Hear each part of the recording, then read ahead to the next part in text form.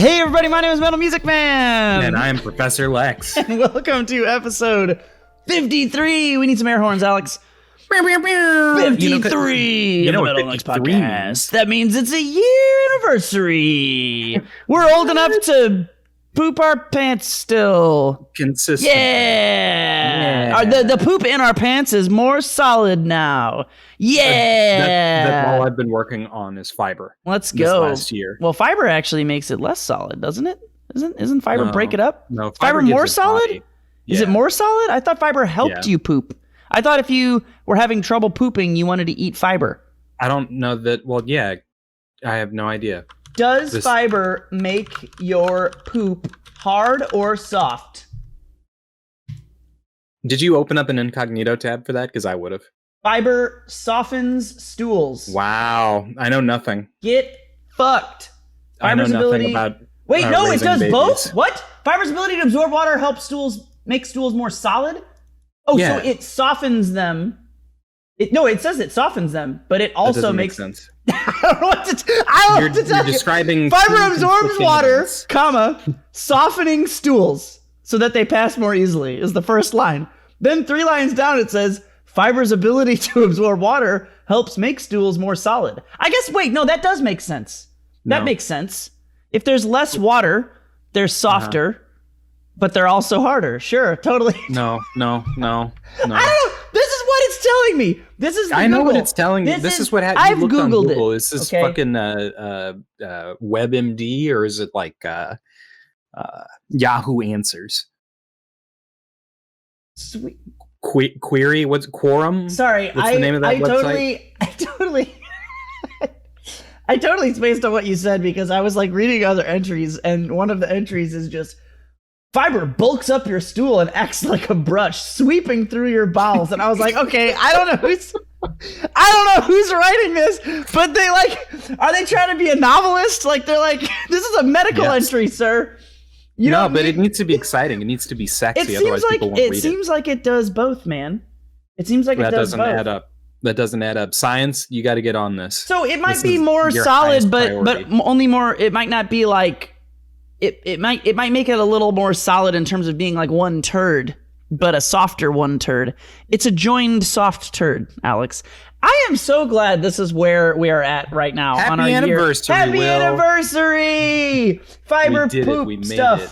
Anyway, all right, I'm gonna close this poop Google. But delete your sound off webcast. in the comments, guys. Give us Poop interaction on social media. Yeah, Engagement. Let us know how you feel about fiber poops and fibers. Mm-hmm. The duality of fiber's existence. The duality of man and fiber and poop. Anyway, Triality. we've been doing this for a year. That's fucking crazy. I that weird? I don't understand how to handle that. I don't understand what do we do? Where do we go? Can you believe that, like, for 53, 52 episodes, we've been talking about largely different things? I know it's always Street Fighter sometimes the 5 same. Longview. I know it's like I have hot takes on video games, and there's a lot of you claiming or just chanting the words Dunning-Kruger over and over again. But aside from that, I we've have had to chant them at you. It's required. We've ostensibly had like 50 different, at least, topics of conversation. It's pretty wild. I don't know where I thought we were going to end up, but yeah, I didn't think we were going to do this for a year. Here wasn't it? Yeah, good job, us. Yeah, I mean, we made still it. are largely irrelevant, but Oh well, But I didn't say we made it. we've to made a lot of relevancy. content, though. We made it to a Good year. job, us. Yeah. We're out Good here job, us. producing content. You know, I find that sometimes even if you don't have anything specific, just like forcing it out, just to clean it out. You know, Yeah, that proverbial like, taking a shit. like a brush through your Like a creative brush. system. Sweeping all of the content right out of your creativity colon. This reminds me, Couldn't we actually. have done anything else? No, we couldn't have. This is the only way it could have been. I was going through some of our old episodes the other day. Same. Because I was thinking about we were thinking about maybe doing like a clip episode but I decided that was way too much work. But it would be really cool to have an episode that was like all of our little greatest clips, and we could like talk about them and listen to them together. So maybe someday, if I'm real bored, maybe someday I might do that. But all of you guys out there in listener land, cross your fingers that Will can't get a seat in the WoW server. Yeah, the line is too long. They won't let just me like, in, oh, dude. They won't let me in. But it was which one was it? I can't remember the title of it now. It was. I think the title is the quote. I think it. So it was the one where we were talking about like prolificness. And yeah, the title of the episode is "Being Alone in a Void Where No One Cares About What You Do." Yeah. Mm-hmm. So anyway, that's very reminiscent of what we were just talking about, where we're just like but this is now a year later. That was episode 6. So so we were talking about at that. Yeah, we were talking about at that time in that episode. How hard it is to constantly shit out content, as it were. And anyway, we've been doing it. Yay! All right. Anyway, so here's your slop. This ends the self-masturbatorial session for this podcast. I'm just kidding. That never ends. But we do have a topic today, and that topic is that the Jeffs and the Suzes gave Alex some questions. And who are our listeners? Our listeners now, yeah. But before it had just been Jeff. Suze is up to like episode 34. Oh my God, voracious! Making her way through the right. Listening to a podcast about Alex and metal, and this song goes dee dee dee dee dee. You said making her way, so it became making her way. Yeah, you said it's cursed. You can only say like if you say half of that song's chorus in a sentence. You have to sing it. That's just a rule of the universe. That was my mistake. Yeah, you should have known better than to speak that into existence. You fucking fool. Anyway.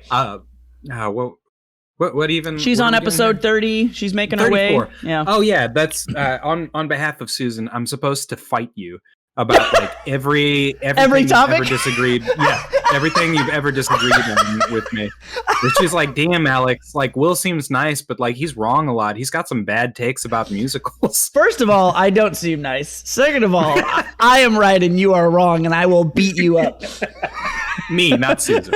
You would never fight a listener. No. Of course not.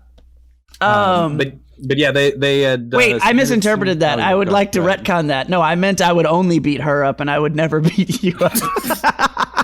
I just want to make this. You changed your mind. You just want to go back. I thought you were agreeing with me, and then the sentence landed a few seconds later, and I was like, no, that's literally the opposite of what I meant.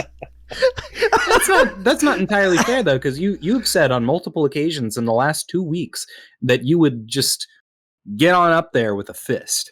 Yeah, I would punch you in the ass, but I wouldn't beat you up. You're much too nice of a man. You just need like 1 or 2 hard punches right in the ass. Just to straighten you out. On the straight and narrow. Just to straighten. Clear me out. Your fist would act as a brush. We're really stuck.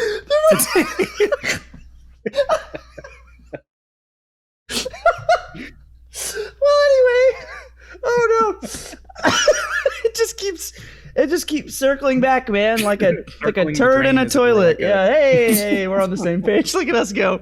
Like we've been doing this for a while. So anyways, Jeff and Suzie gave us some questions. So this is the Jeff and Suzie question hour. Pew pew pew pew. This is the Jeff and Suzie roadshow, and they're here to assess our worth. All right. So do we just dive in then, right? I glanced over these. I remember this first one, and then I think I promptly just like forgot all the rest. Closed your eyes. I don't really remember them very well, which I think is probably for the best. I looked at them so that I could begin to form thoughts, because a couple of these are going to be hard for me. No, I don't want to be prepared. I want to be off the cuff, baby. Let's go. That's when you have your hottest takes, your strongest fights, the most fist for ass. Did you just hiccup in reverse? That was like an inverse hiccup. Like, have you heard the inward singing song from Tenacious D? That was basically your hiccup just now. You haven't heard it? He sings inward. He's like, and now I'm fucking singing because I am. And he like breathes in the whole time instead of breathing out, and it's ridiculous. That was basically your hiccup right now. You sucked it in. It did not hic up and out of you. It like jumped down your throat. Hic down. It was a hic down. A hic down is definitely like a slightly racist party of some kind. Like there's definitely, it's definitely where there's like square dancing. It's like square dancing, and oh no, Alex, what just happened? I just lost Discord. Oh no, technical difficulties. Discord, hello, Alex, Will? you live? All right. Hi. That was weird. Discord just closed and reopened. Well, anyway, luckily OBS is still recording, so they heard me say, "Oh God. no, technical difficulties." We'll be plagued by technical difficulties, of course, on our anniversary. Well, yeah, tis the season. It's bad luck to see the podcaster the day of your anniversary. Is this our 10 anniversary? What's the gift I'm supposed to paper? Oh God, no, I don't. I'm not giving you shit. All that shit. Like, yeah, Alex sent me the best DM ever. He said, "Happy anniversary. I got you nothing, as is your wish." And I was so touched by his lack of purchasing me a present. Not everyone is thoughtful enough to not purchase me a present. Some people just can't. They can't get over their own selfishness of needing to give someone a present, so they have to give me a present and make me and as we know, make me feel bad for having it. Yeah, and stare into your eyes as you open it. Yeah, well, that's the. These are some deep episode cuts. Fucking Vietnam flashbacks. But Jeff and Suzie, they sent us questions. We can address those. Are you going to turn your webcam back on? You don't have to. Oh, did it not come on? The viewers won't know. Oh, it came on in OBS. Hang on, let me... Oh, I see. OBS stole it. I might be fucked. No, that's fine. But, maybe I can hit the deactivate button. You're making I can press this. There you go, buddy. Oh, shit, you're back. All right. I was going to say, your thumbnail has you making that goofy face, so that's like it's like perfect. A third of the time. It's the perfect face. All right, so question 1, we're just going to dive in now that we're no longer crashing, hopefully. Preambled. Who is the hottest Smash character? Oh, fuck. That's the question that I was most terrified for. Well, it's the first one on my list. Yep. I mean, it is. And this is from... Are they all from Jeff, or do they say if they're from Jeff or Suzie? I believe I sent you a screenshot, so they'll be labeled Jeff, and then Suzie only sent us two questions at the end. Okay, cool. So Jeff says, who is the hottest Smash character? Follow up, who's the hottest non-human Smash character? Well, hold on, let me just pull up ultimateframedata.com and judge all of the characters in my list based on their hotness. On their frame data? On the hotness of their frame data? No, mostly the hotness of their butts, but in this instance. Who is the hottest Smash character? Bayonetta. God, I fucking hate you. Oh. God, you're the... No, but think about it. She's 8 feet tall. You're the worst. And she wears high heels. She's got a weird British accent. You have problems. No, it's not a problem. This is just knowing what I'm about. Oh man, have you seen her with the glasses? Glasses look great. No. First of all, just no. Second of all, no. Third, and I don't know if you've considered this, but no. No. Do you not like girls with long hair? What? I like her long hair costume better than her short hair costume, but I don't dislike girls with short hair at all. I like girls with short hair. I just think Bayonetta is not hot. Bayonetta is a what do you call it? She's a fucking she's a satire of hot chicks. And she has all of the hot chick tropes. That's her whole point. She's supposed to satire hot fucking over-sexualized women in video games. That is literally the point of her character. You look like you didn't already know this, and I feel... No, I'm familiar with Bayonetta. I'm waiting for you to say, and that's only... It's unhot, but, ironically. No, it's she's a satire. She's a hodgepodge of all the hottest over-sexualized qualities of people. Yeah, but I don't find the super hot... I don't know. Super... If we're objectifying humans that are that's what we're here to do. Humans that are super duper stereotypically hot do not appeal to me most of the time nearly as much as someone who is very ridiculously hot but less generically however society says we should look or whatever. So short hair Bayonetta is less generic and I guess hotter, but I don't find her particularly hot at all. Okay, but have you considered that she's 8 feet tall? Do you have a thing for very tall women? Is this the thing I don't know about you? No, I'm just. Then why is that? Why is that a point that she's a real big lady? No, I don't have a thing for very tall women, but she's a really tall lady, and that makes her hot. Okay. So anyway, we found out today that Alex has a thing for tall chicks. I had no idea. Who do I think is the hottest? Fuck, dude. So I was scrolling down, And I saw like everybody, I'm going alphabetically on it. And the first person I saw who made me think this person might be the hottest person as I go down alphabetically was Link. And I was like, it can't be Link. There's no way. Man, you capped out at 3. There's no way. The third character in the list. There's no way it's Link. Wait, what? No, I'm going alphabetically. Oh, no, I'm looking at smashbros.com. Sorry. Yeah, I'm going alphabetically. So fucking Pyro and Myth are hot as shit, obviously. Sure. They're pretty up there. And I think... Zero Suit Samus. No, so I got down, there was one, and then Zero Suit Samus is also very hot. But I think it's Sheik. Sheik? Yeah, Sheik's got that. Your face. She's hidden. Dude, Sheik's got that whole fucking. We thought she was a gender non-conforming. Yeah, exactly. Have you seen? Do you know about? There's a fucking Twitter OnlyFans sex content maker cosplayer person named Poison, something like that. Poisson. Like, fish and no, like the word poison, but spelled weirdly. I'm pretty sure. An accent over the tittle in the eye. Yeah, she's like should cosplay this character because she looks basically just like her, or they look. I think I can't remember what their pronouns are, so I will say them. Anyway, yeah, Sheik is gender non-binary, fucking super hot, super fucking hot. So I think probably Sheik. But in lieu of Sheik, if Sheik didn't give me such a confusion boner, and I don't think there's anything better than a confusion boner, like you can have like a really, like if your boner really knows what it's about, right? That's a pretty good boner. But if your boner's like, I don't really know, is it okay?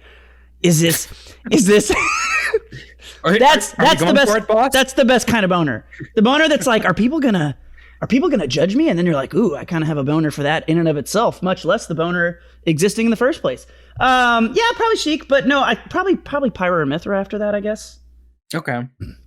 I guess so. I'm not gonna make you retract Sheik. Sheik is an acceptable answer to this question. Dude, Sheik is hot as fuck. I thought Sheik was so hot. And I remember that was probably Ocarina of Time.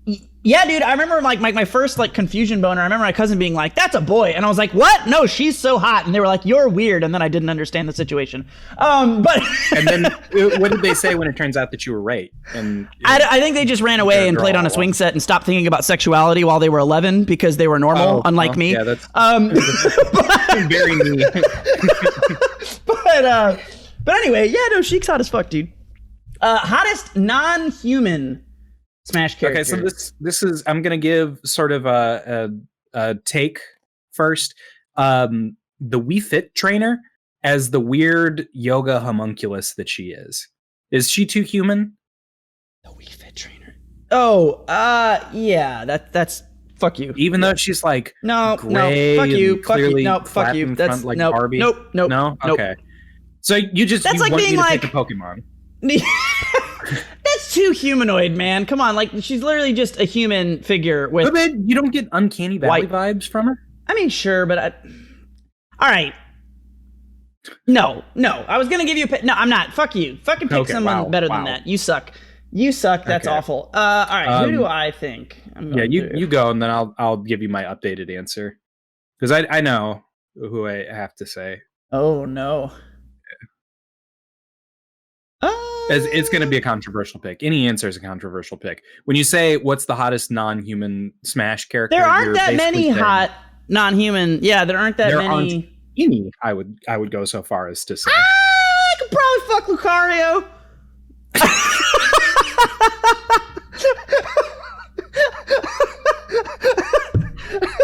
I don't know, man. I'm not saying I would seek it out, but like if you put me in a box for X number of days, I would fuck anything. But after like an hour, I might fuck Lucario. I don't know. I don't know. Lucario's a little he's a little too masculine for me, but I bet you there's some hot fucking confusion boner female identifying Lucarios out there that are they come in female. Yeah. Yeah, probably Lucario. Anyway, what's your answer? Isabelle? Yeah! I was really close to saying Isabelle.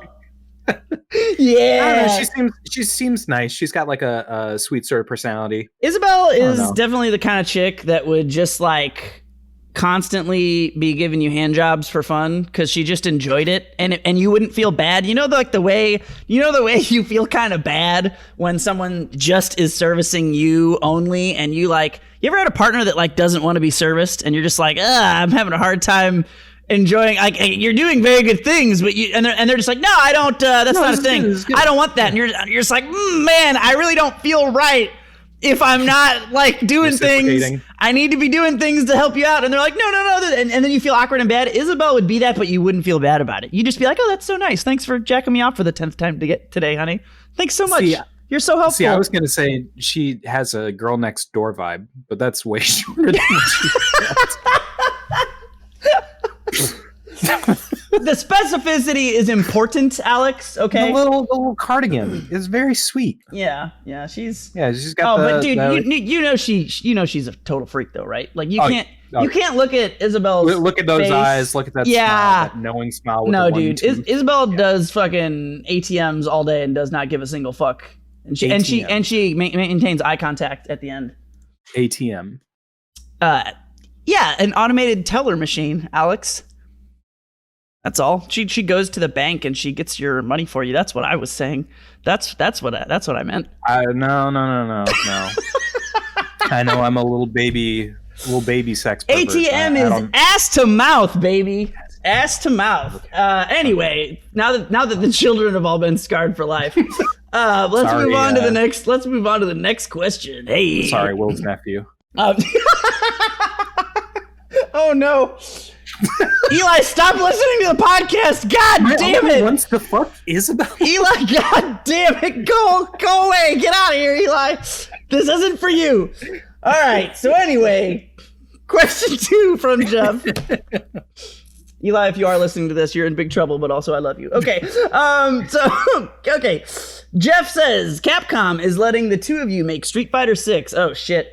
Damn. Huge. Who are the first 8 characters in your select screen? Oh, man. And is there a unifying common across characters mechanic that's not focus attacks? Jeff, have you been paying attention to this podcast? Jeff's been taking notes. He's been studying. That's a qualified fucking question. Jeff's got a fucking A+ in homework, dude. Class participation out the roof. Look at this guy. All right. Shit. The first Ryu. 8. We start with Ryu, right? That's the easy way. No way it's not Ryu. Yeah. Yeah. No way, not Ryu for me. No way, not Guile. You want Guile second? I'll give you Guile. No way, not. Be my choice. No way, not Sagat. Are you saying Guile is not even in a guaranteed first 8 for you? I wouldn't think of him in my first 5. I'm not saying that he's not. Sure. Okay, I'll allow you to that. But yeah, if you say Guile isn't in the game in the first 8, then I fight you in the streets. I want Sea Viper back. Oh, that's a great choice as a starter. Yeah, that's a great choice. Base roster. All right, hang on. I got to get a notepad open up here. Okay. So sure, yeah. Ryu, Guile. Do you agree with Sagat? You agree with Sagat? Yeah, Sagat's good. I actually agree with Sea Viper. I like we're doing this. We're doing this together so far. This is good. Look at us. We can work together. So that's half, right? That's half of our first 8. That's 4. I would say that on the base roster, we probably need 2 new characters. Feel free to cheat and have it be Kin's young daughter. I don't disagree with that immediately, but I don't know that I agree that it is necessary. But that's okay. Hang on. Let's see. Let me get a list of characters from a place. Okay. Oh, we gotta have and you need a zoner. I feel like we gotta have Chun. I feel like we gotta have Chun. The only thing I will say is that I think Chun and Guile are a somewhat similar niche. I think you could get away with having only one or the other. So I'm gonna say I'm gonna have Chun, but she's gonna be tentative. Okay. She's the free character included in the season pass. Maybe that is released at launch. Maybe not. Okay. You need a grappler and you need a zoner, or you can save. We have zoners. We got plenty of zoners. We got Ryu, Guile, and Sagat. Okay. This is a Street Fighter. We should have like half of the game be zoners. We don't. You don't need a Dhalsim. I'd way rather have like a. Okay, is this where we start to diverge? I'd way rather have like M. Bison or Blanca or someone than Dhalsim personally. I don't hate Dhalsim by any means, but I just don't feel like he's that necessary. Okay, let's answer this question. You need a grappler. Oh yeah, I don't disagree with that at all. Yeah, okay. And it would probably just be Zangief, but I'm trying to like. I want Alex actually. Alex doesn't count. Alex is a pseudo grappler. He's like Abel. Ooh, God, I want Abel to be in the game. Definitely Abel. Okay, but I don't disagree with Alex. I like Alex. He's actually one of my favorite Street Fighter V characters. I'm putting Chun-Li, Abel, Alex down here tentatively. I'm gonna put M. Bison tentatively down here because I love M. Bison. I want him to be in the game, but like I feel like Bison's I can't. a good bully. Yeah, man, I don't even know. I feel like you could go. Hang on, what's the original Street Fighter 2 roster? Dun, dun, dun, dun. Guile, Ryu, Zangief, Blanca. Here's a picture. Honda's not in it. Here's a picture. Hang on. Wait, what? Where did the picture go? There it is. Okay, so Guile, Guile, E. Honda, Blanca, Ryu, Ken, Chun-Li, Zangief. That's the original. Okay. That's the original. Okay. So we had 2 Shotos. Because we didn't have any of the bosses, if memory serves. Yeah. Yeah, that's right. And then, so you had, 2 Shotos. I want Ken in there too. Honestly, I feel like if I'm looking at this, I feel like 100% I want the original roster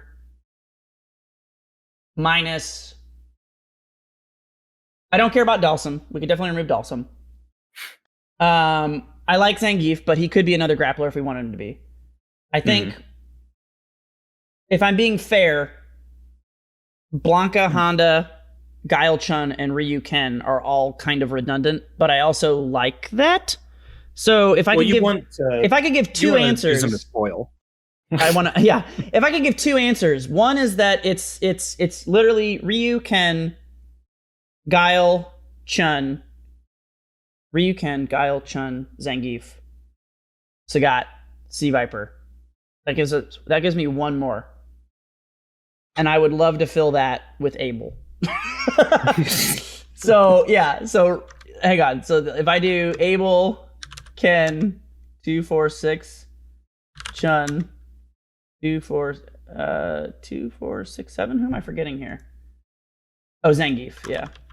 That's an easy, quick one, and then I'll let you extrapolate and just finish mine. So yeah, Ryu, Ken, Guile, Chun, Sagat, Abel, Sea Viper, Zangief.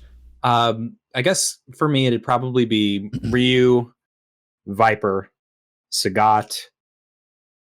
I guess we could have Guile. No Guile, and instead give me Chun. You're the worst. I'll allow it. All right, I'll allow you to swap Guile for Chun.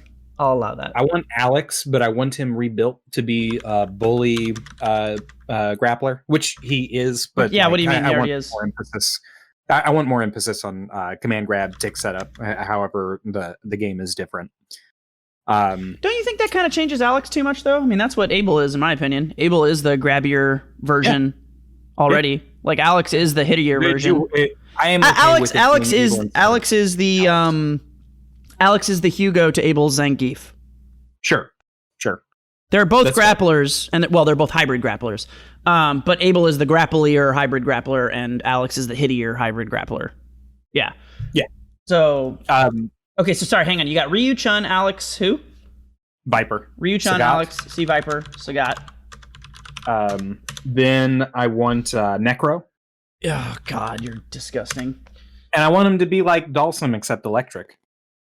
Okay, actually, I'll give you Necro as a potentially more interesting character than Dhalsim. I will give you that. Yeah. I will give you that.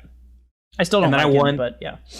Then I want Girl Kin or Violent Kin. This is where I want my new character. Okay. It's filling the Kin slot, but I want what's her name? One of the newer characters. Her name's like Lucy or something. Lucia, yeah, right. Kind of a crossover between Lucia and Ken. That's my ideal. All right. Yeah. And if I can't have that, I'll take Violent Ken. You'll take Violent Ken if you can't have it. Okay. Yeah. What else? You got one more? I got one more. Gotta be hard grappler. Old Zangief. Good old Zangief. Yeah. Good old Zangief. T-Hawk. I like T-Hawk a lot. I think T-Hawk is really cool and character. He makes sense because it's got a DP. Yeah, I don't know I don't know that I would put T-Hawk in a game over Zangief that I only had one grappler in.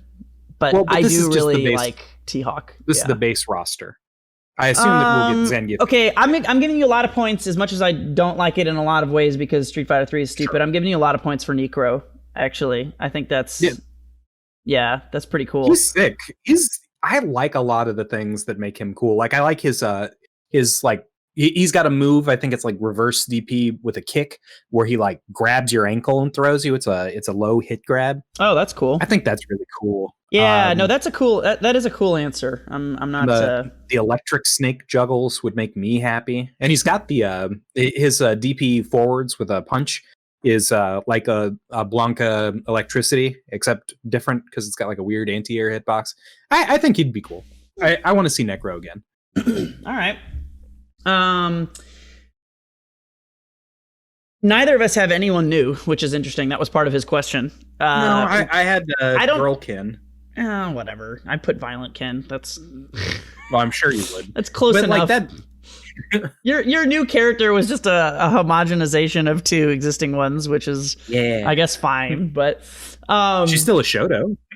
God, I would play the shit out of either of these games. I think this does make me immediately think like I do like how we've got all these big rosters, but I don't know. Call me old fashioned, but I just think like certain character archetypes are just so good. I don't understand why we need. They're important. Yeah, I don't understand why we need like dumb, like, okay, who's an example of a Street Fighter V character that could have been cool, but just has a bunch of dumb, weird shit? What's his face? The ninja? Stance change ninja guy? Yeah, he could have been really cool if he was just old man. If he was just old man, he could have been really cool. I thought the old man part of that character was really neat. Ed, I feel like Ed has like some really cool ideas, but then they just give him a bunch of fucking goofy shit. And he's purple. You know that Eric Andre skit? What if it were purple? I feel like Ed could have been a really cool character, man. And there are elements of him that I like. And then there's stuff where they just tried too hard. You know what I mean? Like they tried too hard to make him like different or something. You know, Alk gives me that same vibe. She's like Poison if I didn't like Poison. I actually think Falk, I do think she sucks, but I think she could have been. I don't know why they didn't do more with the staff. I feel like Street Fighter, I always thought that Billy from KOF was such a fucking cool character. Mm-hmm. And she has a staff, but most of her shit is just like she shoots out a shitty projectile. Mm-hmm. And are you hoping for like a Captain America shield character or like a Cody knife character? Yeah, I think some character that has a weapon that... You want Mortal Kombat 4. Briefly in Street Fighter. Less that, but like I just think a character that has like that. I like. Okay, the best example of what I'm talking about would be Rolento. Rolento is that he uses the baton all the time. It's not like something he brings out or puts away. It's just there. Yeah. He just always has it as his buttons. That Falk is kind of like that, but just not as well done. Like Rolento is. They didn't commit. God, I might want to put Rolento in the game. Rolento is really cool. The only thing that sucks about Rolento, and I can't decide if it's good or bad because he was really ass when he first got put into Ultra. And I think a lot of people don't remember it. Yeah, because it was like a lot of people don't remember there were patches for Ultra. 2 days he sucked. But he was really bad. Like there was specifically an option select Oni could do in the corner where literally nothing he did other than Ultra could ever escape. Like you just had to eat your shit the entire time. So then they buffed all of his escape moves, but they just went way too fucking ham, and all of his escape moves are like insane. But outside of his absurd disadvantage, as you would call it in Smash, being way too good, I think Rolento's one of the coolest fucking characters. So God, I don't know, Rolento's up there too. Anyway, I don't think I would put anyone new in right now. I just don't. You're a coward. I don't. That's okay. I'm not saying I would never do it. I'm just saying like, when I look at, if I think about a new game, the first thing I'm thinking is not new. And I think, of course, it's not. The first thing you're thinking is Ryu. Well, absolutely. It's fucking Street Fighter. If you think anything else, you're a big dumb idiot. But no, I think they have had successes with new characters. I'm not saying like I don't think they were. I mean, C Viper fucking is a new character in 4, and she's great. I think there were a couple in 4 that they did really well with. Abel, I have Abel too, actually. So that's 2 characters that were new. So I'll give you some points for me being a coward because I suppose those. I think I don't really like C Viper personally, like to play, but she's really fucking cool. And Abel is just one of the coolest fucking characters ever in Street Fighter, and I wish he fucking... Well, actually, I'm glad he's not in 5. Never mind. I'm glad they haven't tarnished him.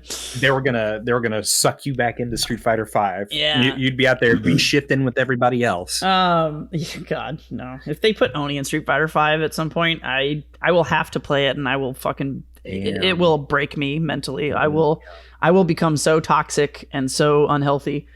Anyway, is there a unifying common mechanic that's not focus attack? Man, that is a pretty hard question to answer. I mean, yes. The answer is yes. Yes, but I don't know what it is. I don't want to just make a game and put focus attack back in because the games generally do have like a unique thing. Yeah. But I would love... I don't know, man. I really do think focus attack was such a good mechanic that I don't even know that it would have to be the game's mechanic, but I feel like there could be something that was very similar to it. I think just some sort of dash cancel idea, not even not the absorb part necessarily. The absorb part is nice and cool, but like something that allows you to do dash canceling off of your moves the way focus attack did, I think is really cool.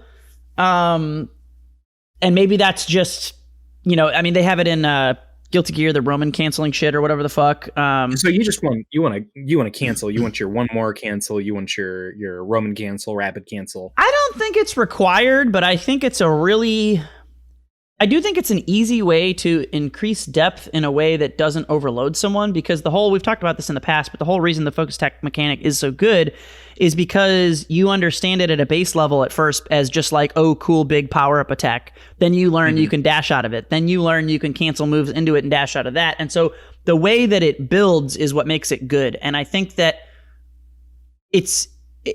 so to me, it's an extension of like why special canceling is fun.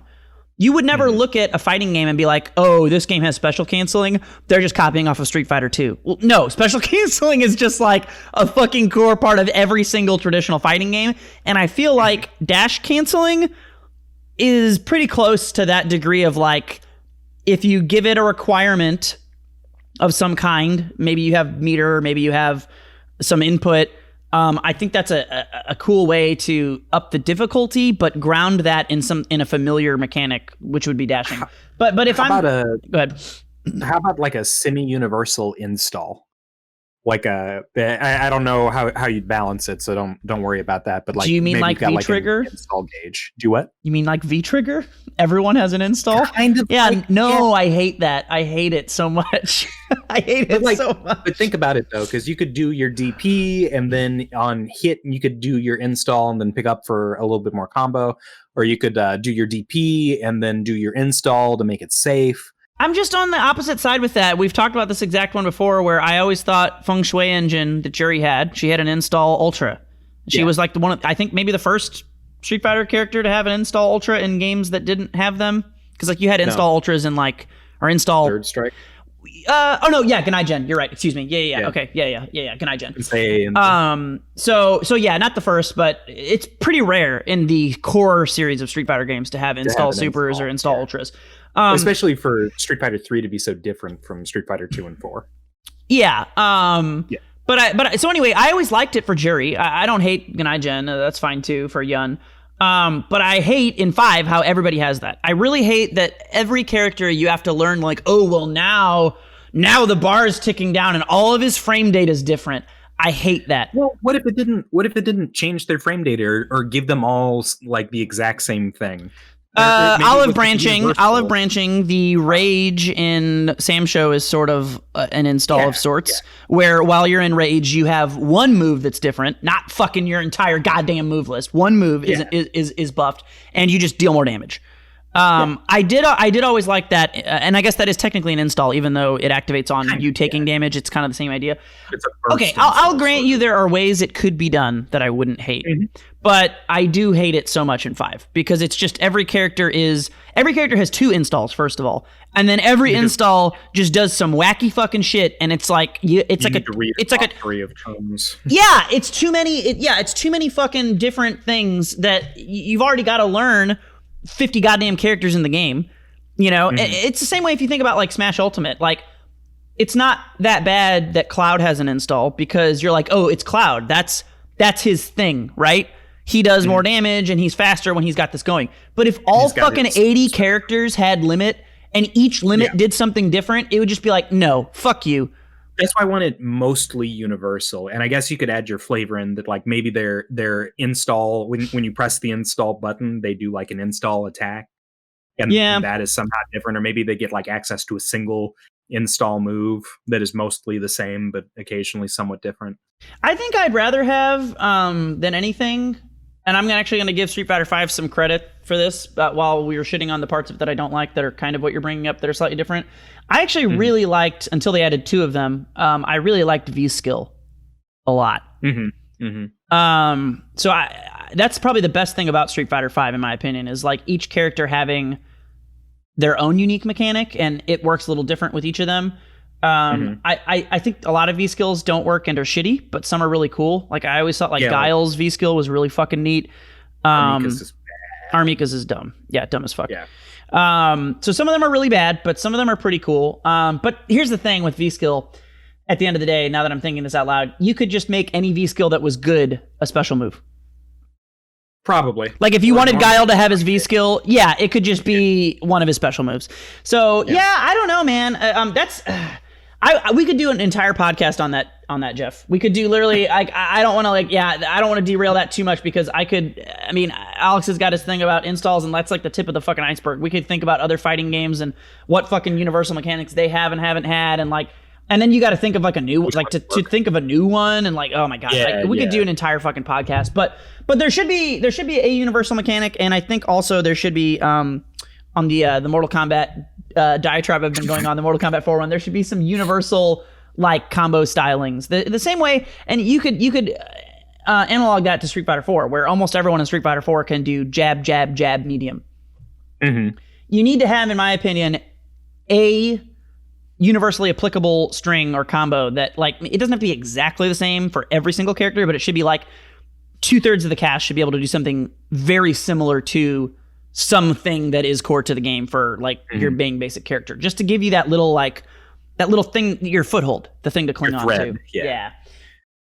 Anyway, satisfied, or did we talk about those 2 questions for 45 minutes? Yeah, dude.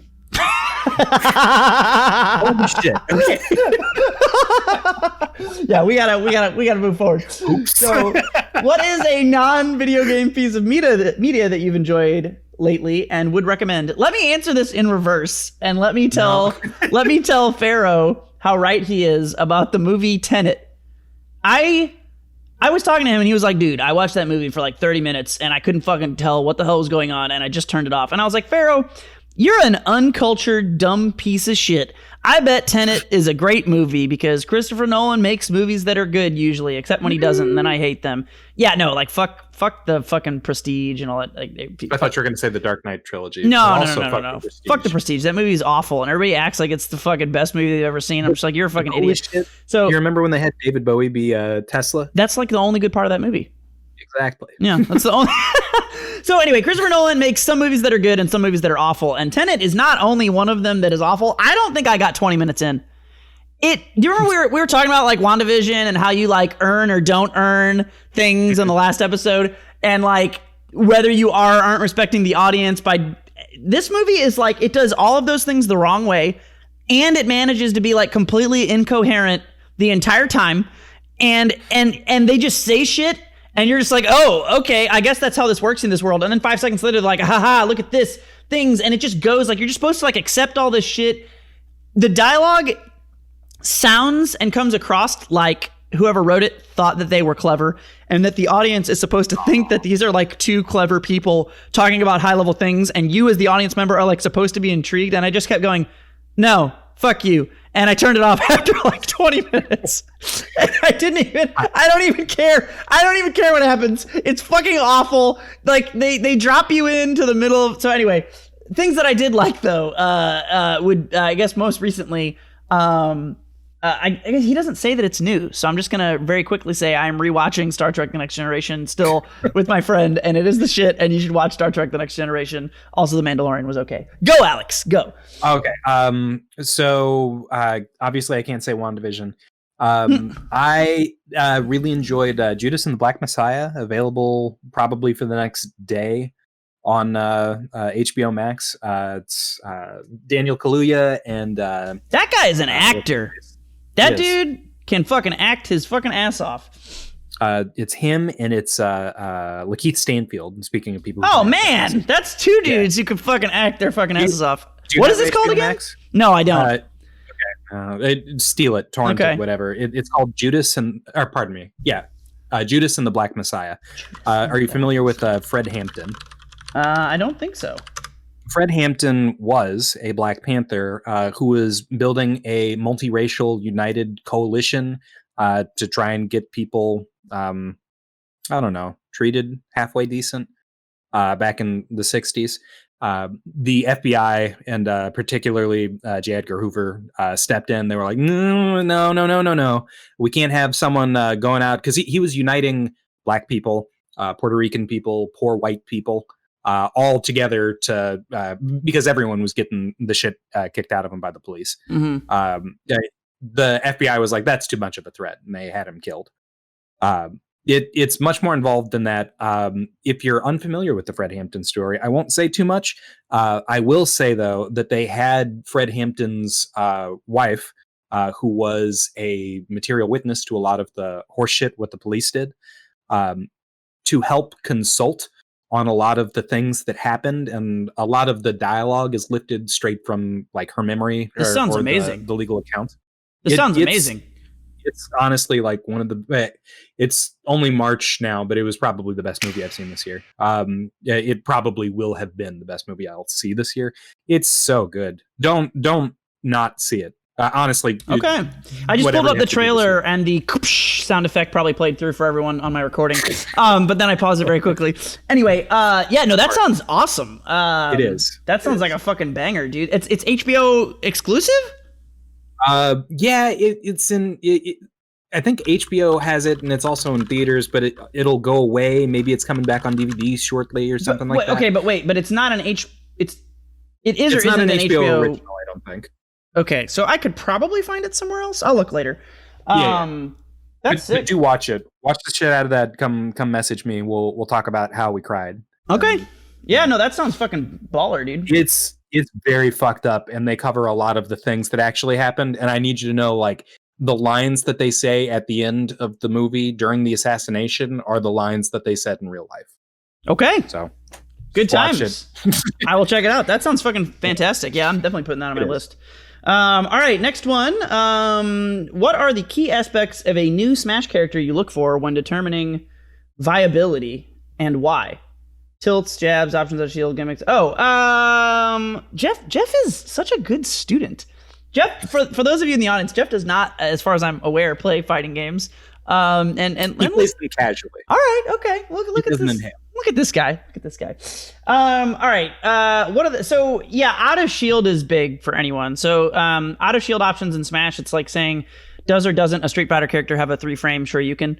So looking at a Smash character's out of shield options, it's a little less concrete than that in Smash, because Smash is just a more, fluid game. There's more fiber or less fiber in Smash than in Street Fighter, but so it's a little softer and or harder. More and less. So like you usually want to look at, like, if you're saying Smash Ultimate specifically, like if they've got an option out of shield that is like, if they have a 3-frame move, like a 3-frame aerial, that means they have a 6-frame out of shield option, because it takes 3 frames to jump and then 3 frames for the aerial will come out.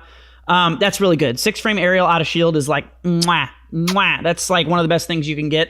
The real best thing you can get, which is the most direct analog to like a Shoryuken in Street Fighter, would be an invincible move out of shield. So this would be like your Game & Watch up B, which is a 3-frame out of shield invincible move. Martha and Lucina have their up B, which actually is not invincible frame 1. But that's not usually relevant, and it's only 5 total frames. I think the invincibility starts on frame 5. Let me look this up. UltimateFrameData.com. Learn things about Smash Brothers.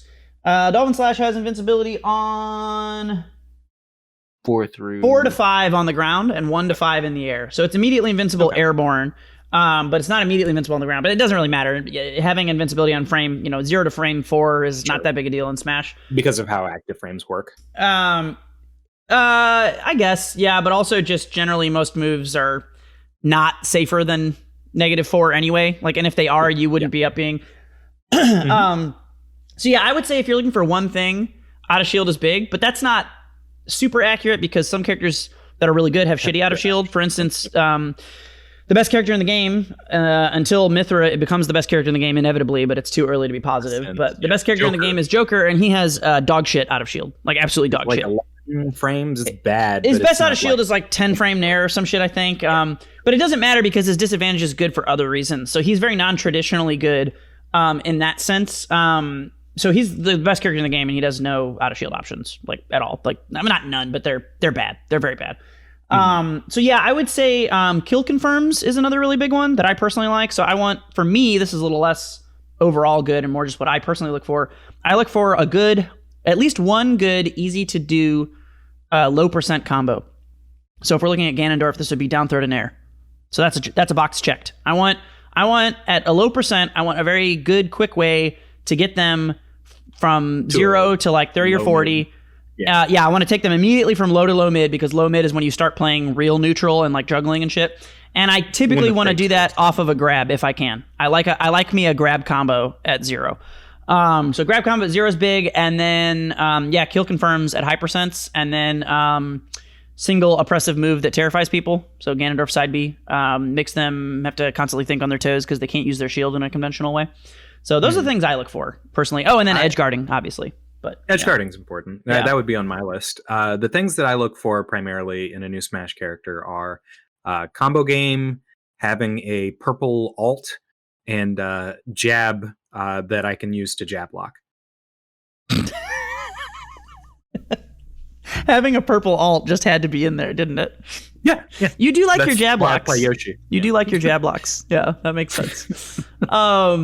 Yeah, so I think those are all things. Gimmicks are nice. I would put gimmicks in the category of like Ganon side B and shit. But yeah, those are.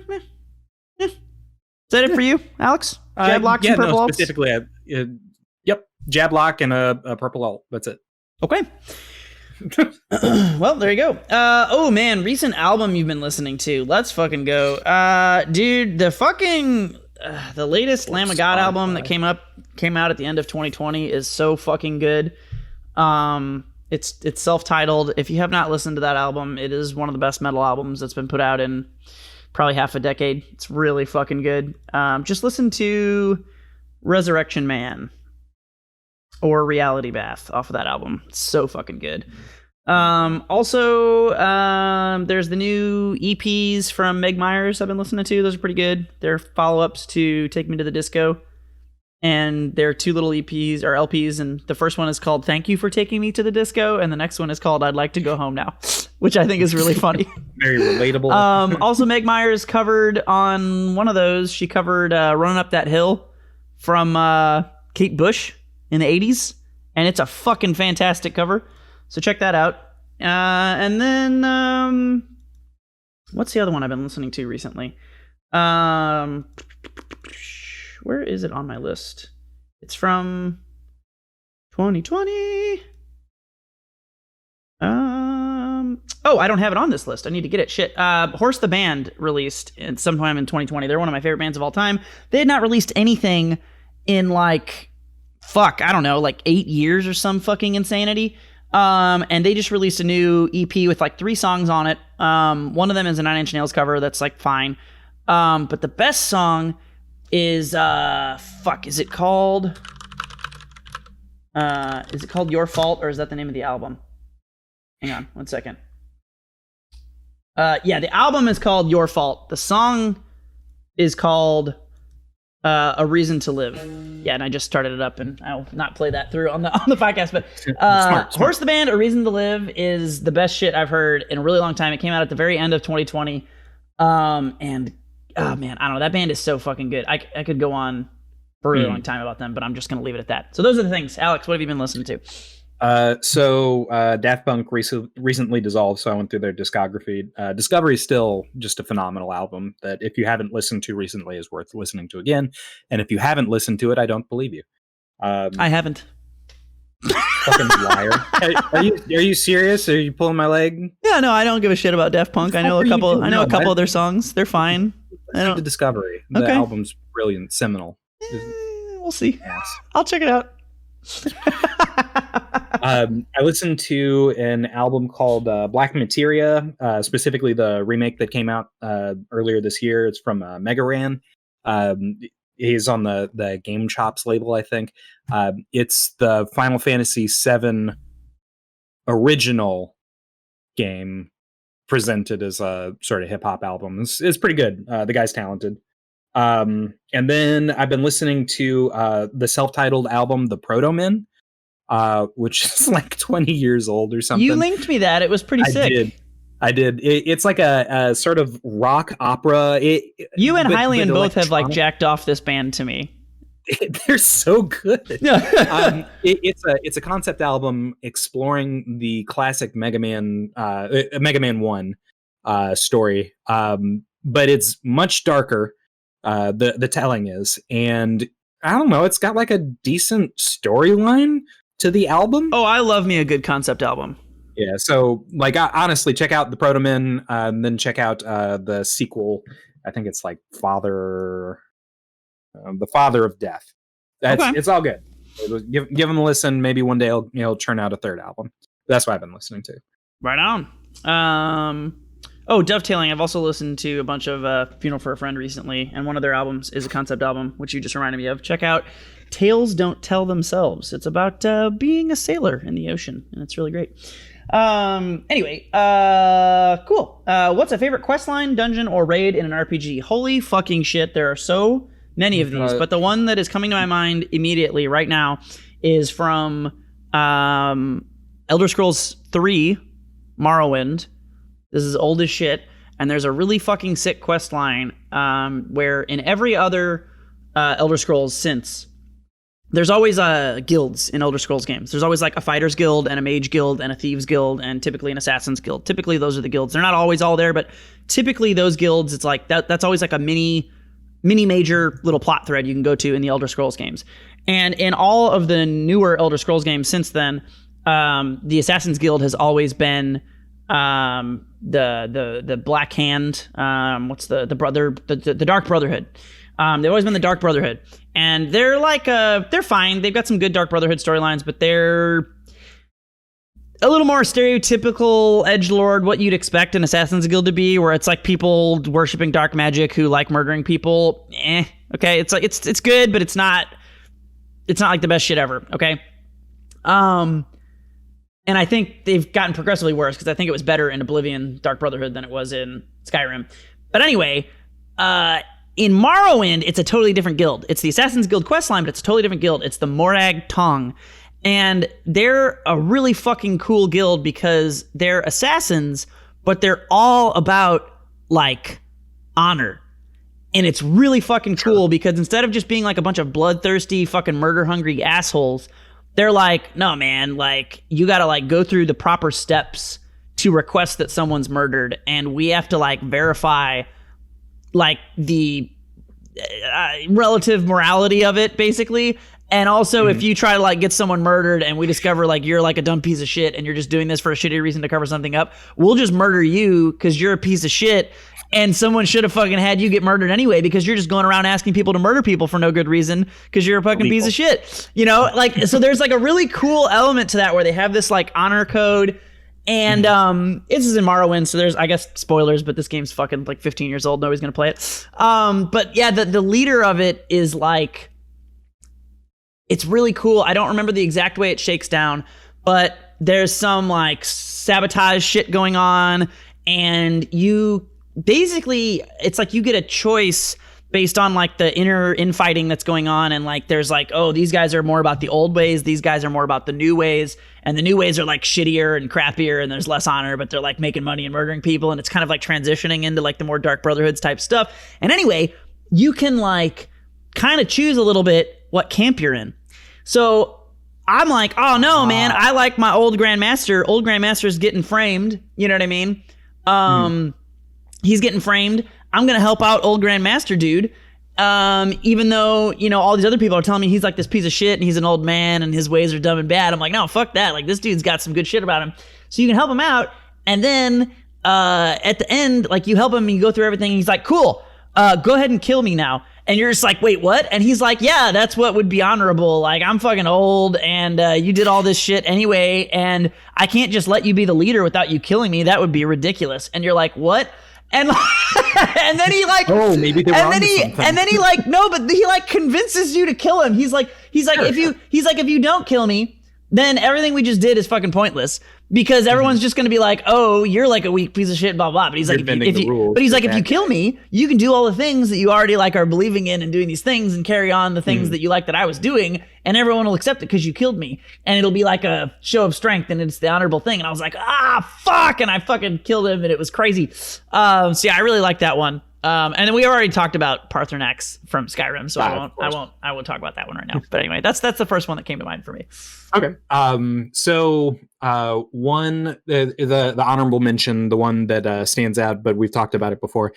There's a Selkie named Denam in Final Fantasy Crystal Chronicles he's conducting research. He's a brilliant researcher on why it is that monsters can live outside in the miasma outside in the crystal place. Where you hold the crystal. Yeah. Why is it that the monsters don't choke to death and humans do? Okay. So he finds the answer. It's very good. I'm not going to spoil it. That's all you're going to say. Okay. All right. Yeah. Most of it is conducted via like communication over. You send mail back and forth, but then eventually, like we'll say, help him in his studies. And that's where the quest resolves. You go to where it is that he's doing the studies. Okay. And it has this huge, overarching implication for the rest of the franchise, the rest of the Crystal Chronicles franchise. But the one that always sticks out to me that I just thought was brilliant was Final Fantasy 13 game, critically panned for being so linear, does this thing where eventually you get to Australia. When you get to Australia, vocab words, fal'Cie turn you into Lussie, and if you're a Lussie, then you can either do what you're supposed to do, your focus. They give you a vision of what you're supposed to do. If you do it, then you turn into Crystal for 1,000 years and then wake up later. Or if you don't do it, then you turn into a Seath, and Seath are like crystal zombies, right? Very spooky, sort of mindless beings. And if they, without their humanity, sort of walking around as zombies, if they don't do what they're supposed to do, or no one kills them, eventually they sort of calcify and turn into big rocks.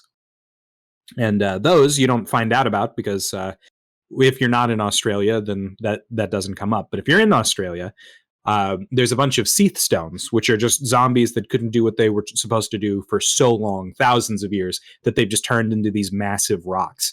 And so your party goes up to these rocks and they see like what it was that they got the powers from the fal'Cie for in the first place were supposed to be for. And the only way to like save them from this crystal stone prison is to do the thing that they were supposed to do in the first place. So like, an example is one of them could say, man, fal'Cie, godlike being, please, could you give me superpowers so I can fight this horrible bird that is killing my village? And the implication then is that since they couldn't kill the horrible bird, they turned into a giant rock, and the horrible bird lived for 1,000 years and is much bigger and stronger now. And so you have to go kill it so that this guy can be at peace. I love the framing and the phrasing of it because there's just so much lore hidden behind a big rock. There's so much meaning behind finding this big rock because it's a guy who got superpowers who then failed and then was so bad at his job for so long that now he's this big rock full of regret. But is he still sentient? He's kind of dreaming. Weird. Yeah, it's like hell. That's a weird game, Alex. It is. It's great. Everyone should play it. It should be required reading. All right, moving on. Wait a minute. I accidentally minimized it. No, there's just a couple. Your next screenshot has a couple things that aren't questions. Sorry. Okay, the next one is from Jeff. Okay, so what is your favorite fighting game character to play? Any series, any version? I mean, it's got to just be Oni for me. I feel like we already know that. I don't think I've ever resonated with a character as much as I did with Oni. Honorable mention though to Ultimate and Melee Ganondorf. I like them both quite a bit. Yeah, but no, it's got to be. And well, I would say any Street Fighter that Guile is in, I really like Guile a lot, even if he's not my number one. Guile is always, he's just a character. Guile and Ryu both are characters that I just like in any iteration for the most part. I like him there for phrasing. I like him there for what?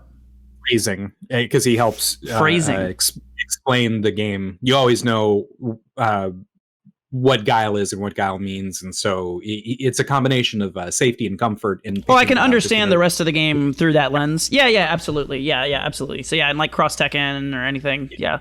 So for sure. Yeah. What about you? For me, shocker, it's going to be Magneto from Marvel 3. I think that that's your favorite fighting game character to play of all time. I actually didn't know what to expect there, but that's interesting. Okay. I really like playing Shadow Labrys in the original Persona 4, but between the two, everyone plays Shadow Labrys about the same way. Magneto is so different. He's probably the single most expressive character I've ever seen in a fighting game. Even like for two reasonably aggressive players who play like rushdown style Magnetos, the buttons that they choose to press are usually always valid, and it's just so different the way that you can try and accomplish the same thing. You can really see a lot of personality of player behind the expression way is like, I think if you had to figure like a single thing that like distinguished like a shitty fighting game from a good one, it's just the ability for one character to express multiple different things. It's so fucking cliche, but they really are like, they're like paintbrushes, and they just an extension of itself. Yeah, they it's like the bristles just brush the poop right out of your butt. But yeah, they really are like very expressive, and I know that sounds super cliche, but I think that is that's saying a lot. So if you've got any character like what you're saying Magneto does, where you can have multiple people play it and they just look totally different, that's like huge. Yeah. The obvious difference is like you can tell if someone's playing a zoner Magneto or a rushdown Magneto, but you could also tell if someone's playing like a runaway Magneto. And you can also play, you can tell whether they're being a bully when they're rushing you down, or if they're just being like hyper aggressive and doing like really fast high-low mix-ups. Yeah. That's so cool. Good. It feels good. And when you play another Magneto, it's just like fucking the hyperbolic time chamber of swag. Hyperbolic time chamber of swag? That's definitely an album title. Holy shit. All right, next question is from Susie. We've got two more from Susie here. And she says, what is your favorite video game soundtrack? Parenthetically, it could be your favorite fighting game soundtrack, but video game soundtrack.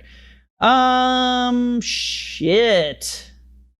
If you want to know my favorite specifically fighting game album, it's the Melty Blood Act Cadenza soundtrack. It's so weird. It's not what you expect to hear. Whatever you're thinking, it's not it. That's not it. I might have to go with Max Payne 3. And it's weird because it's contemporary, it's non-original. There's some original pieces in it, but I think a lot of times people think that's like cheating or something, but it has you're cutting out. I don't know. You need to there's merit to curation. Oh, okay. To curating. Yeah, no, absolutely. So they have just a lot of really well used songs at different points in that game.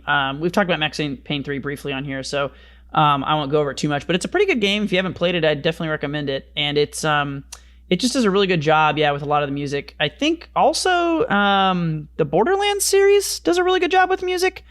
Cage the Elephant. So I'm not one to and a lot of the Borderlands music is original. Some of it isn't, though. You're right. Yeah. Sure. But yeah, I'm not normally one to just kind of listen to video game soundtracks. I don't really work that way for the most part. But yeah, those are the two that stick out for me. So, for me, like obviously, Final Fantasy X this is just a fact that it's got the greatest video game soundtrack of all time. But I really feel like the Danganronpa series, the soundtracks really speak to me. They've got like a really neat sort of jazz electronic fusion going on. Masafumi Takada is a wizard. But yeah, Final Fantasy X though. Okay. The opening track to Xanarkand is so packed full of emotion. I can't not fight back tears when I hear it. So it's not on like my Zune, just to be safe. Just in case you might randomly cry. Yeah. What? Yep. That's funny. Honorable mention to Pillars of Eternity, as always, by the way. I gotta shout that game out. That soundtrack's great.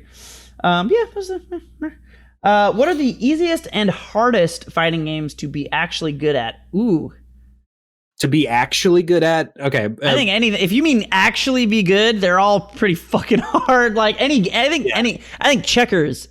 Like if you say the word actually good, I'm gonna have to interpret actually good two different ways. Actually good meaning like competent and capable versus actually good meaning like truly good. So if you mean truly good at any game, I don't know that any of them are easier or harder.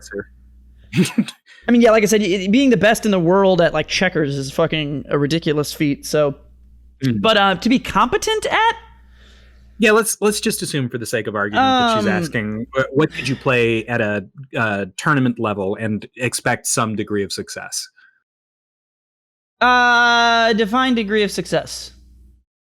Top 8 at a local. Oh, you don't have to win the tournament, but you have to be. That's much higher. That's much higher than I thought we were saying. Okay, but we'll arbitrarily say that's the case. Brackets. So to be top 8 at a decent sized local. Janos, yeah.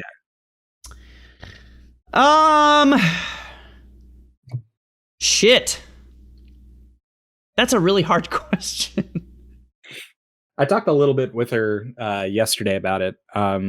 I think that probably the easiest game to pick up and be able to play competently would be Street Fighter 4. You think that's easier than 2? Because I was thinking 2. 4 is a little bit more modern. I think 4 is way harder than 2. And the main reason I think that is because of, even though it's all fairly easy and the emphasis is a lot less than other fighting games, there is a lot more comboing emphasis in 4 than in 2. In 2, the longest combo you'll ever do is like 4 hits, but 90% of the time it's only a 2-hit combo, if that. It's literally one special cancel. Whereas 4, you don't have to play 4 this way, which is one of the things that makes it great. You can win at 4 without it, but it is a much, depending on the character you play, it's a much more forced thing. So I think 4 is up there, but I don't. The only reason I would say 2 is not easier than 4 is because 2 has like really hard windows to hit, and 4 doesn't. So I guess the argument we're having right now is, does 4's slightly larger emphasis on technical proficiency outweigh the difficulty of 2's emphasis on really tight and unintuitive windows? Yes. And I that's really hard, because I think, the more I say this out loud, the more I think you might be right, because at a high level in 2, even though you can survive with only zoning or whatever really well in Street Fighter 2, if you fight like a Dhalsim or a Ken or a Blanca or a Balrog and they hit you with the mash grab and you have to mash out, it's like it's so unintuitive to know what to do. All you can do is DP within a 2-frame window or not. That's literally it. And to know that and understand why it's happening, you might be right. 4 is harder in ways than 2. But I think if you're talking about being truly solid at it, competent, you might be right. Yeah, you might be right. I remember back when Super dropped, a couple of guys from Springfield went to some other Missouri city to play in a tournament, and they lost. They were like the best players in our scene, and they lost to people who they said were only doing like jump roundhouse into sweep and dragon punch. Yep. And I was like, yeah, it sounds like you got beat. Because like these guys, they weren't idiots. I knew that they Clint, he was really good, totally technically proficient, knew all of his combos, but like, if you're landing jump roundhouse, or like I was playing with Hylian a couple of weeks ago, and he just hit me with like overheads or sweeps. Dude, Jordan is so awful at 4, but also so weirdly good. I've always wanted him to play it more, because when we played Street Fighter 2 with him, he would just be like high-low mix-ups with Ryu, which is, to be fair, a lot better in 2. But then we go to 4, and I'm like, okay, Jordan, here's how you do things. And then he's like, but what if I just did sweep or roundhouse? Or sweeper overhead. And I'm just like, well, it's not really as good in this game. And then he does it, and you're like, that's working a lot better than I feel like it should be working. You've been right 10 times straight. So like, yeah, there is. Fuck, man. I mean, we're just gonna gush about Street Fighter 4 again. It's so expressive. Yeah.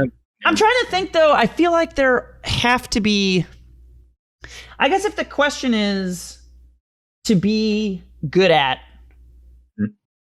in the way that you're phrasing it, I am having a hard time thinking of one that. If you want to go to Danos and be a contender, it probably is the easiest one on average. I would say honorable mention to Smash Ultimate, though, for sure. Smash Ultimate is not a hard game at all, and even people who are good, you've got like a decent chance at doing well, unless you're Alex and you make no sense and can't do things because reasons. But I think Smash Ultimate is up there. But yeah, probably Street Fighter 4. If you're Street Fighter 4 is a great, brilliant answer. But like if we're talking about something modern, something that's a living game, aside from Smash Ultimate, would you have an answer? And is it Grand Blue? Because that's what I said. It's Grand Blue or Smash Ultimate. If you're trying to get in on the ground floor today, say that your quarantine project was getting. I think Grand Blue or Sam Show are both really easy to get at. The thing with Grand Blue is so good in so many ways, and it's so much easier than Street Fighter actually in a lot of ways. But one of the best examples, we'll use Hylian again as our guinea pig here. One of the best examples of the strength of Street Fighter's core design is Hylian only started playing traditional fighters really with us because of Grand Blue. And he was learning Grand Blue, and he was getting like kind of decent at it. Like he was starting to kind of like figure out base things and how to do stuff. He played Street Fighter 2 and 4 with us literally, I think, one time. It was one afternoon. We played Street Fighter 2 and Street Fighter 4 just for the hell of it. So then like Super Quarantine happens. Hylian never plays Grand Blue, never plays Street Fighter. He just plays Smash every now and then. So he comes over when we have Pharaoh over for a super spreader a couple weeks ago. Mm-hmm. And he's like, I literally don't remember anything about how to play Grand Blue. None of my muscle memory. He was like, I can't do anything. And then he was like, let's play Street Fighter. And I'm like, okay. And then he plays Street Fighter 4 and he's like, oh yeah, I still know how to do all this stuff. And he was like, it's so weird how I remember Street Fighter more, even though I played it so much less than Grand Blue. And I'm like, because it's easier to grasp. That's fucking Street Fighter. Because it fucking, everything has like a purpose that makes sense. It's intuitive as fuck. So there are areas, and I would actually say a lot of areas, where Grand Blue is easier to play in terms of like, you just do the button spam 1, 2, 3, and then you do a special. But the difference, and even though Grand Blue is so good with like, Grand Blue is a very Street Fighter game. But one of the things that you lose with a system like that 1, 2, 3 spam, which is one of the reasons I don't dislike it that much in Grand Blue. I generally think it's fine. It works for it. But one of the things I think that is better, it's the same conversation we've had about Mortal Kombat 4 and dial combos. Anytime you put dial combos into a game, it's basically just like the developers saying, fuck you to your intuition.